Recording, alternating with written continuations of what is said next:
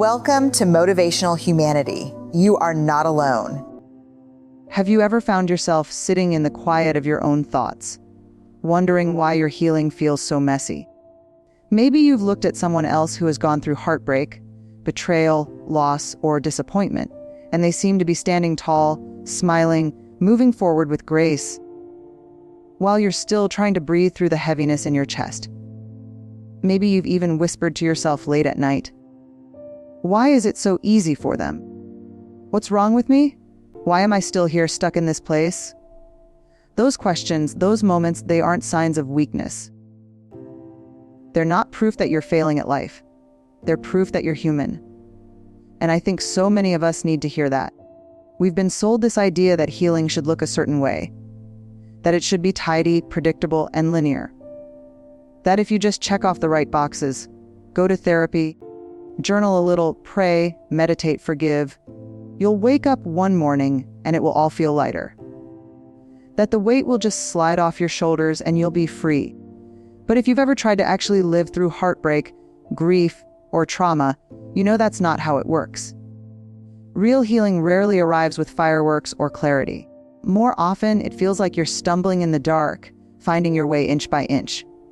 And in that stumbling, in that messiness, something deep inside you starts whispering, "Maybe I'm not doing this right. Maybe there's something wrong with me." We compare, we judge ourselves. We scroll through social media and see polished pictures of people thriving after divorce, glowing after a loss, smiling as though their pain disappeared overnight. And quietly, we wonder why we can't seem to put ourselves back together in the same way. But here's the truth. Your healing is not supposed to look like anyone else's. You are carrying your own story, your own scars, your own history. And because your pain is unique, your healing will be too. Think about the last time you were hurt deeply. Maybe it was a friend who betrayed you. Maybe it was a marriage that ended. Maybe it was the day you realized someone you loved would never be who you needed them to be. In those moments, the world doesn't give you a manual. There's no roadmap. No step-by-step directions for how to move through it. You wake up every day and you do your best to survive. Some days survival looks like strength. Other days it looks like tears you can't explain. And that doesn't make you weak, it makes you real.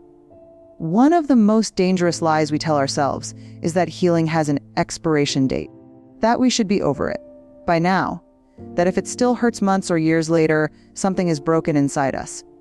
But pain doesn't obey calendars. It doesn't disappear on command.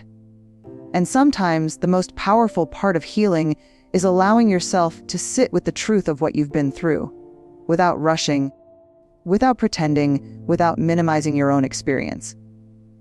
I know some of you listening have spent years trying to explain your pain to people who just don't get it. Maybe they roll their eyes. Maybe they say, "You should move on by now." Maybe they remind you that other people have it worse, as though suffering is a competition. And every time you hear those words, it chips away at your self-trust. It makes you doubt what you feel. But here's what I want you to hold on to. Your healing doesn't need validation from anyone else. It doesn't need to be understood by the people around you. It doesn't need to look acceptable in the eyes of family, friends, or society. It only needs to be true to you. There's something brave, almost defiant, about giving yourself permission to heal in your own way. It's like saying to the world, "I will not rush my heart for your comfort. I will not silence my grief so you can feel better around me. I will not pretend I'm fine because you think I should be." That kind of courage is rare, but it's necessary. Because real healing asks us to honor our wounds, not bury them under performance or perfection. And maybe right now, your healing doesn't look like what you imagined it would. Maybe it doesn't look like yoga at sunrise or journaling in a leather notebook. Maybe it looks like crying in your car between errands. Maybe it looks like saying no to family gatherings because you just can't handle the noise. Maybe it looks like sitting in silence with a cup of tea, staring out the window, letting yourself breathe for the first time in days. That is healing too. So if you're listening and you feel behind, if you feel like your journey is slower, messier, or harder than it should be, I want to tell you this. You are not behind. You are not failing. you are right where you need to be. Healing is not about speed. It's about honesty. It's about being truthful with yourself about what you've been through and being gentle with yourself as you move through it. There's a line I hold on to often: scars don't prove weakness. They prove survival. And maybe that's where I want to leave you in this moment of reflection. You've already survived the hardest parts. You're still here. You're still breathing. You're still choosing to show up, even when it hurts. That alone is proof that healing is happening, even if it doesn't look like what you expected. So no, your journey doesn't need to match anyone else's. Your healing doesn't need to be tidy, pretty, or quick. It only needs to be yours. And that, my friend, is more than enough. The problem with healing is that it's often misunderstood, even by the people who care about us most. We live in a world that glorifies speed and efficiency, and it has a way of convincing us that there is a right timeline for emotional recovery. If you are still grieving, still hurting, still wrestling with memories that bring tears to your eyes, society quietly, or sometimes loudly, tells you that you should have moved on by now. There's this invisible pressure to snap out of it, to get over it, to be normal again. And when we fail to meet these expectations, we begin to internalize it. We start to believe that our feelings are too much, that our wounds are too deep, that there is something inherently wrong with us. This pressure is amplified because pain is invisible. Unlike a broken leg or a scraped knee, emotional wounds don't have casts, bandages, or visible markers that make people pause and recognize the struggle. If you are carrying a heartbreak, a loss, or trauma, the outside world might see someone who is fine, coping, moving on. But inside, the work you are doing to hold yourself together can feel monumental, exhausting, and endless. The challenge is that when others cannot see your journey, they often minimize it. They might say, "Just think positively. It's time to forgive," or "You need to let it go." And while those words may be well-intentioned, they can feel dismissive. They can make you question whether your pain is valid, whether your slow steps toward healing are enough. We often forget that emotional wounds are deeply personal. What affects one person profoundly might barely scratch another. And yet, we are conditioned to compare, to measure, to benchmark our progress against someone else's experience. We scroll through social media feeds and see smiling faces, smiling after tragedy, and wonder why we cannot seem to do the same. We hear about people who have moved past grief or loss successfully, and ask ourselves if we are failing because our hearts still ache. But healing does not work on a universal schedule. It is not a standardized process. It cannot be measured in days, weeks, or even years. Your heart is your own, your experiences are your own, and therefore your healing must be your own. And the truth is, this misunderstanding extends even to ourselves. How many times have you looked in the mirror and judged yourself for not being over it? Yet, how many times have you scolded yourself for crying when you thought you should be strong? Or for remembering moments that still hurt when you thought the memories should have faded? Internalized shame is one of the greatest barriers to healing. We tell ourselves that if we are still in pain, if we are still sensitive, if we are still struggling, it means we are weak or flawed. But the reality is the opposite. It means we are human. It means we are alive. It means we have the courage to feel, to remember, and to eventually transform that pain into wisdom. Part of the problem is that healing is rarely linear. People imagine it as a staircase, each step clearly defined, leading upward toward closure or peace. But in reality, healing is more like a river. It flows, it meanders, it rises and falls. It sometimes runs in circles before finding its course. Some days you feel like you are making progress. You smile, you laugh, you feel light. And then, without warning, a memory, a smell, a song, a conversation can bring the weight crashing back down. That doesn't mean you are failing. That means you are navigating the complexity of being human. It means your heart remembers what your mind sometimes tries to ignore, and that remembrance is not weakness. It is resilience. Another reason healing is misunderstood is that society often equates emotional recovery with performance. People are praised for resilience only when they exhibit it in visible ways, when they go back to work, when they smile in public, when they behave as though nothing happened. But the quieter internal work, The sleepless nights, the tears shed in private, the self-reflection, the wrestling with anger and confusion often goes unnoticed. And when it goes unnoticed, it is easy to feel isolated. It is easy to believe that you are the only one struggling, the only one who hasn't figured it out. And that isolation can compound the pain, making it heavier, more confusing, more lonely. The emotional toll of misunderstanding is also amplified by meaning advice that oversimplifies healing. Let it go. People say, forgive and move on. Just be grateful for what you have. While gratitude, forgiveness, and acceptance are powerful tools, they cannot be forced. Healing cannot be rushed or imposed from the outside. It requires time, patience, self-compassion, and often a willingness to sit with discomfort. When we try to shortcut the process, we risk silencing our pain rather than honoring it. And that silence can fester, turning wounds into shame, and shame into self-doubt. What many of us don't realize is that healing is not just about ending pain. It is about understanding it. It is about learning from it. It is about integrating it into the story of who we are, rather than pretending it never happened. And that process looks different for everyone. Some people heal by talking endlessly about their experiences. Others heal in silence. Some find peace in solitude, others find it in connection. Some heal quickly, others take years. There is no universal blueprint, no one-size-fits-all approach. The key is to recognize that your path is valid, even if it does not conform to external expectations. Perhaps the most important truth to hold onto is that your feelings are valid. They are not wrong, they are not inconvenient. They are not signs of failure. Grief, heartbreak, disappointment, and trauma are natural parts of life, and responding to them authentically is a sign of strength, not weakness. When you allow yourself to feel fully, to honor your emotions, you are taking the most courageous step toward healing. And when you stop comparing, stop judging, and stop rushing, you create space for true transformation to occur. So if you are sitting with heavy emotions right now, if you feel misunderstood by the world, or even by yourself, know this: you are not alone. You are not failing. Your journey is not supposed to look like anyone else's. Your path is yours and it is valid. Your heart is not broken because it feels deeply. It is alive because it feels it all. Healing may be slow. Healing may be messy. Healing may look nothing like what you expected. But it is happening in its own time, in its own way, in its own rhythm. And the fact that you are still showing up for yourself, still trying, still breathing through the discomfort is proof enough that you are moving forward. Your journey is yours alone, and it is enough. One of the most surprising truths about healing is that it doesn't always look like what we expect. We often imagine it as a dramatic shift, a sudden clarity, an instant sense of peace, a miraculous lifting of the weight from our shoulders.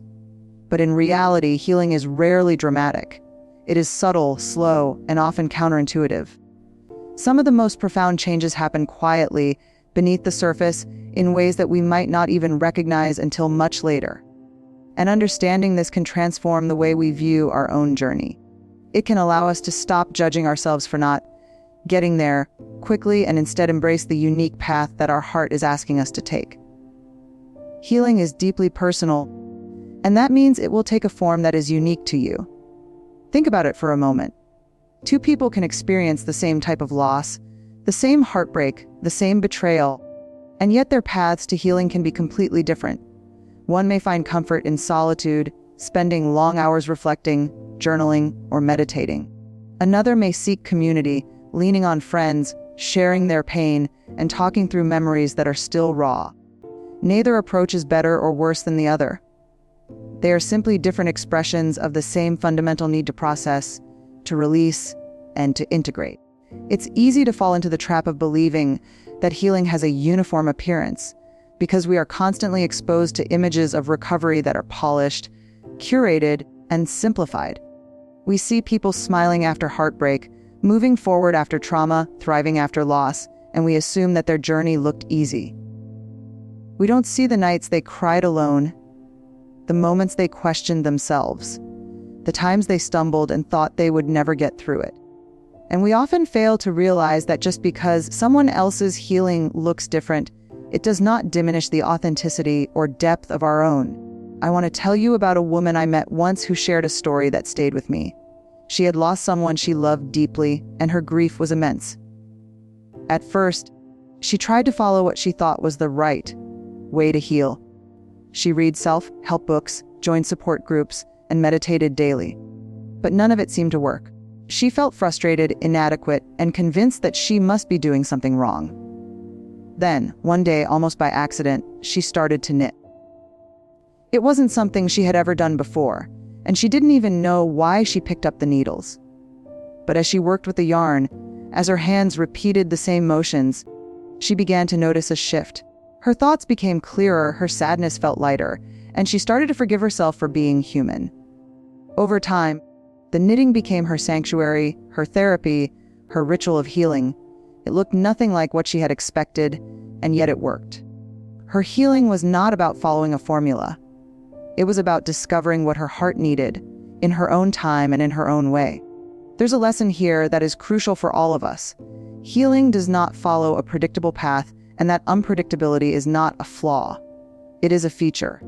When we try to force our process into a mold, we risk silencing the very parts of ourselves that are trying to speak. Sometimes healing comes through tears, sometimes through art, sometimes through movement, sometimes through silence. It may be messy. It may be slow. It may feel like 2 steps forward and 3 steps back. But that does not mean it isn't happening. The work you are doing, even when it feels invisible, is real and meaningful. Another counterintuitive truth about healing is that it often requires us to embrace discomfort rather than avoid it. We live in a culture that tells us to numb pain, to distract ourselves, to keep busy until the feelings go away. And while distraction can provide temporary relief, it does not lead to lasting healing. True healing asks us to sit with our emotions, to feel them fully, to let them move through us rather than around us. This can be terrifying because it makes us vulnerable. It makes us confront parts of ourselves we would rather ignore. But vulnerability is the gateway to transformation. When we allow ourselves to feel, to acknowledge the depth of our pain, we begin to understand it, integrate it, and ultimately release it. Healing also teaches us that progress is not always linear. There is no definitive checklist, no measurable milestones that apply universally. Some days we may feel lighter, stronger, more capable, and other days the weight returns. We may have moments of clarity followed by confusion. We may take small steps that feel insignificant at the time, but later reveal themselves to be pivotal. The truth is that healing is a process of becoming, not a destination.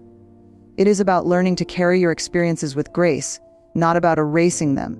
It is about creating space within yourself to feel, to grow, and to transform. One of the most powerful aspects of this insight is that it allows us to stop comparing our journey to anyone else's.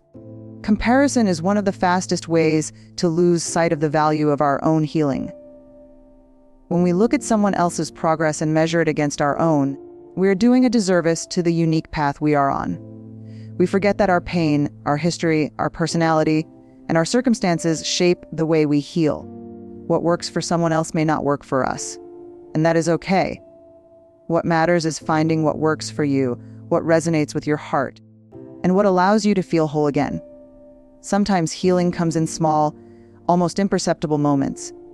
It may be a day when you wake up and feel a little lighter, a morning when the ache in your chest softens, a conversation that doesn't trigger anger or sadness the way it used to. These tiny shifts may feel insignificant, but they are proof that your heart is moving forward. They are evidence that healing is happening, even when you cannot see the full picture. Recognizing and celebrating these small victories is essential because they remind us that growth often unfolds quietly beneath the surface. Finally, one of the most liberating insights about healing is that it is yours to define. No one can dictate how it should look or how long it should take. No one can tell you that you are too slow, too sensitive, or too fragile. Your path, your process, and your pace are valid. You have permission to honor your emotions, to follow your instincts, and to create rituals and practices that support your unique journey.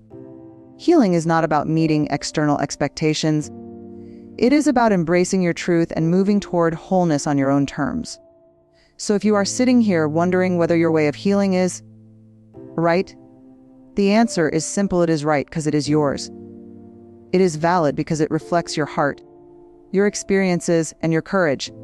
It may look different from what anyone else expects, it may take longer than you hoped, and it may feel unpredictable, but it is real, it is powerful, and it is enough. The beauty of healing lies not in conformity, but in authenticity. The more you allow yourself to embrace your unique path, the more your heart will open, the more your spirit will strengthen, and the more you will discover the profound resilience that has been within you all along. Healing, as we've explored, is not linear, predictable, or easily defined, but the good news is that there are practical ways to support it, to nurture it, and to allow it to unfold in a way that honors your unique journey. One of the most important steps you can take is to stop comparing yourself to others. Comparison is the thief of peace, the subtle voice that whispers, "Why aren't you further along?"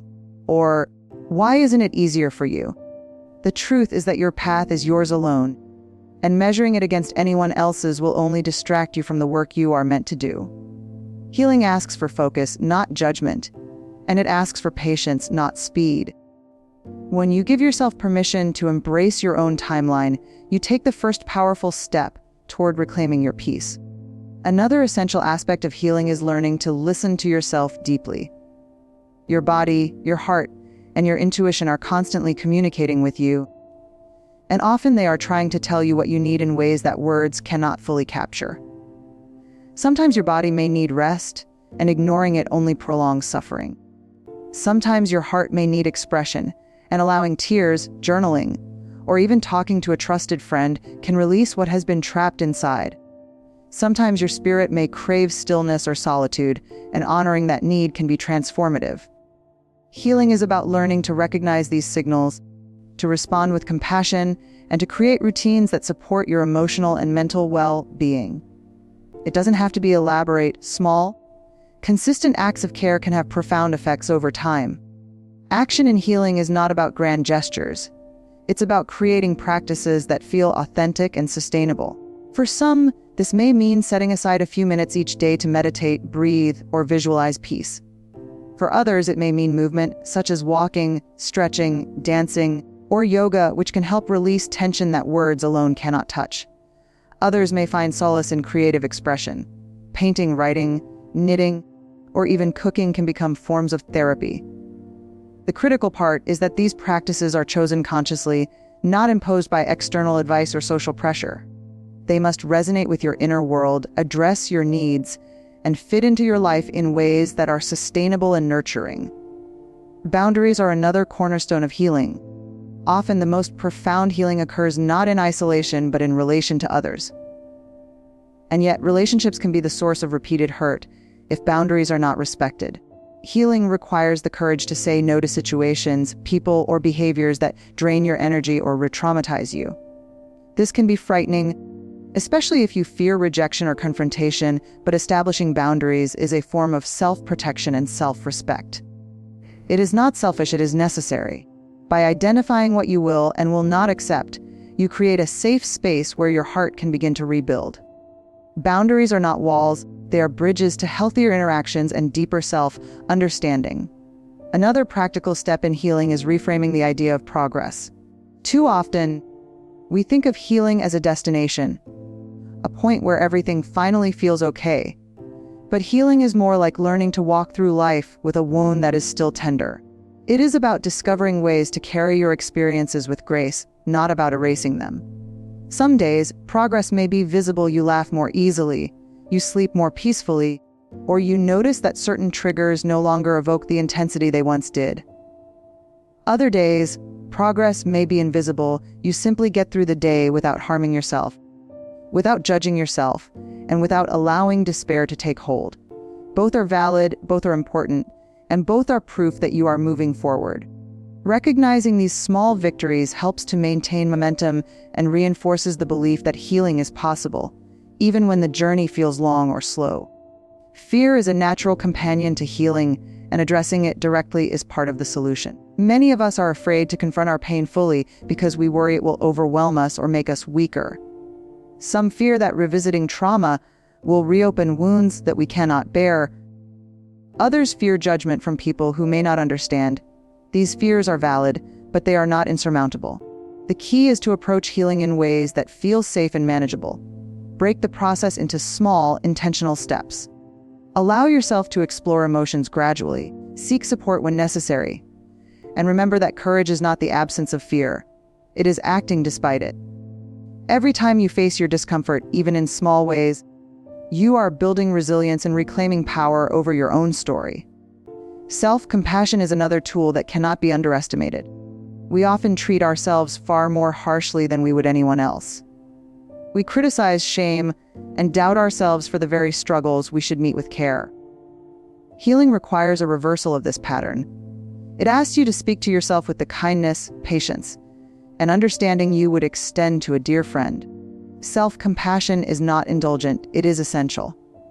It allows you to acknowledge the depth of your suffering without allowing it to define you. It teaches your heart that you are worthy of care, attention, and nurturing, even when life has been unfair. And when self-compassion becomes a habit, it strengthens your capacity to face pain with courage and clarity. Support systems also play a vital role in healing. While your journey is deeply personal, it is not meant to be navigated entirely alone. Finding people who understand, who listen without judgment, and who offer gentle guidance can create an environment where healing is possible. This may be a friend, a mentor, a counselor, or even a support group of people who have walked similar paths. What matters most is that these relationships feel safe and affirming. They provide the external reflection and encouragement that complement the internal work you are doing. Healing is strengthened when it is supported, but never dictated by others. Finally, healing requires permission to evolve. What worked for you last year may not work now. What helped you cope with pain in the beginning may need to be replaced with new strategies as your understanding deepens. Flexibility and adaptability are crucial. Allow yourself the freedom to change your methods, to experiment, and to let go of practices that no longer serve you. Healing is not static. It is dynamic, living, and ongoing. By embracing this fluidity, you honor the complexity of your journey and give yourself room to grow into the person you are meant to become. All of these steps, listening to yourself, creating small rituals, establishing boundaries, reframing progress, facing fear, practicing self-compassion, seeking support, and allowing evolution, are actionable ways to move through healing with intentionality and grace. They do not promise perfection or quick results, but they do create a foundation upon which real, lasting transformation can take place. Each step, no matter how small, is a declaration that your heart matters, that your experiences are valid, and that you are committed to your own well-being. When you practice these steps, you begin to notice subtle changes. The weight of the past may begin to feel less suffocating. Your heart may start to trust itself again. The world, once sharp and frightening, may start to feel slightly safer. You may find moments of joy, laughter, and peace that were previously unimaginable. Healing becomes a living process, and over time, these practices compound, creating resilience, insight, and a deeper connection to your own strength. And so, while healing may still be messy, slow, and unpredictable, these actions give it structure without taking away its authenticity. They provide a roadmap that respects your unique journey while equipping you with tools to navigate the complexities of your emotions. They remind you that, while you cannot control every aspect of your pain, you can choose how you respond to it. And that choice, over time, becomes the greatest gift you can give yourself. A life that honors your experiences, supports your growth, and celebrates the courage it takes to heal. Imagine for a moment what life could feel like if you fully embraced the truth that your healing is your own, unique, and valid. Imagine waking up one morning and noticing that the weight on your chest has lifted, not because the world has changed or because your pain has disappeared, but because you have allowed yourself to be present with it, to honor it, and to transform it into wisdom and resilience. Imagine looking in the mirror and seeing someone who has survived storms, someone whose heart has been tender but not broken, someone whose capacity to feel deeply is a source of strength rather than shame. There is a profound freedom in recognizing that your healing is not defined by anyone else's timeline, by societal expectations, or by comparisons to others. It is defined by you, and when you accept that fully, it changes everything. Life after embracing this perspective is not about perfection or the absence of difficulty. It is about living with authenticity and courage. It is about understanding that scars are not imperfections to hide, but maps of resilience, proof of the battles you have survived. When you start to see your journey in this light, every struggle, every tear, every moment of doubt becomes part of a larger story of strength and endurance. You begin to understand that healing is not about erasing pain. It is about integrating it into the narrative of your life so that it no longer controls you but empowers you. One of the most transformative aspects of this process is self-compassion. When you reach this stage, you begin to treat yourself with the same care and gentleness that you would extend to a loved one. You stop punishing yourself for the moments when you stumble or feel weak. You stop criticizing yourself for still feeling pain when you thought you should be over it. Instead, you acknowledge the full scope of your humanity, the tenderness, the sensitivity, the courage it takes just to keep showing up, and you celebrate it. Self-compassion becomes a daily practice, a quiet act of rebellion against a world that often wants you to rush, to numb, or to hide your feelings. It is the bridge between surviving and thriving. Another element of transformation is the shift in perspective toward fear and discomfort. Previously, these emotions may have felt like barriers, insurmountable walls that kept you trapped in old patterns of pain. But as you heal, you learn that fear is not your enemy. Fear is a signal that you are on the edge of growth, a reminder that you are stretching beyond what is comfortable. Discomfort becomes an ally, a teacher, a sign that you are moving towards something meaningful. You learn to sit with it, to explore it, and to respond to it with courage rather than avoidance. And in doing so, you build a resilience that is both quiet and powerful, a confidence that no external circumstance can fully diminish. Healing also transforms the way you relate to others. When you have walked through your own pain, when you have honored your unique journey, you develop a deeper capacity for empathy and understanding. You become more patient with those who are struggling, recognizing that their path is also unique and valid. You learn to listen without judgment, to hold space for others, and to offer support in ways that are authentic and meaningful.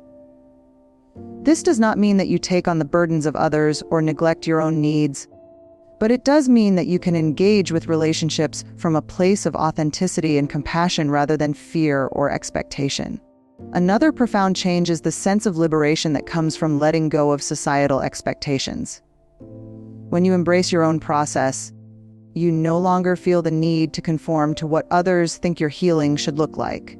You stop apologizing for where you are or how long it takes you to move forward. You stop hiding your tears, your struggles, your moments of vulnerability. And in that freedom, you discover a strength that is unshakable because it is rooted in self-trust. You understand that your worth is not determined by how quickly you recover or how well you perform in the eyes of others. Your worth is inherent, unconditional, and deeply tied to the courage it takes to live authentically. Transformation also manifests in the ability to find joy again, sometimes in unexpected ways. After long periods of pain or stagnation, joy can feel foreign or even forbidden. But as you continue to honor your process, you gradually reclaim it. You notice beauty in small moments, a sunrise, a laugh with a friend, the satisfaction of accomplishing something simple yet meaningful. You learn that joy is not the absence of pain, but the presence of acceptance and gratitude, the ability to hold tenderness for yourself while still embracing the richness of life. This joy is not fleeting, it is grounded in resilience, in the knowledge that you have survived, grown, and continue to move forward. One of the most empowering aspects of this stage is the ability to take action with clarity and confidence. When you have honored your journey, faced your fears, and cultivated self-compassion, you no longer act out of obligation, shame, or avoidance. You make choices that are aligned with your values, your needs, and your truth. Whether it is in relationships, work, or personal pursuits, your decisions are intentional. You no longer seek external validation because you have cultivated an internal compass strong enough to guide you. This clarity brings a sense of control and empowerment that is transformative in itself, reinforcing the trust you have in your own instincts and experiences. Healing also changes your relationship with time. You begin to understand that every season of struggle, reflection, and growth has purpose. You no longer rush through the process or try to skip steps. Instead, you honor each stage, recognizing that patience and presence are essential components of transformation. You understand that life is not a race and that your journey is not flawed because it is different from anyone else's.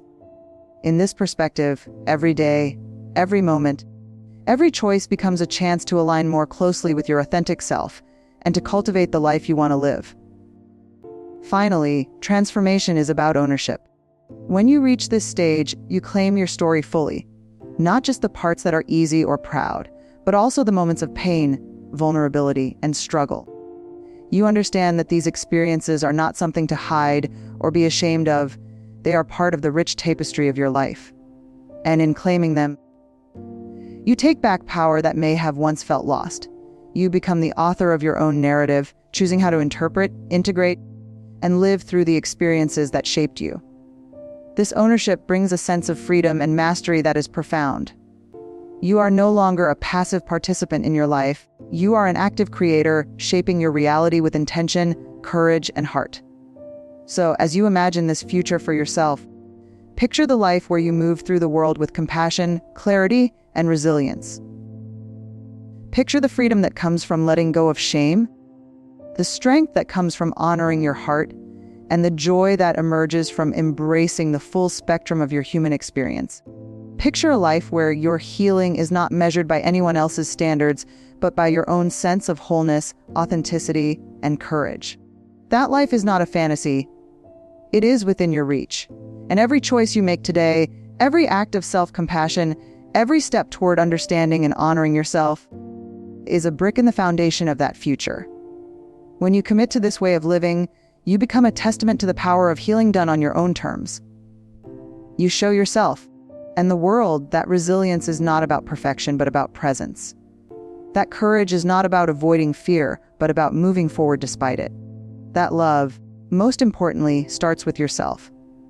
And in this transformation, you find not only the freedom to thrive, but the strength to embrace the beauty, complexity, and richness of your own human experience.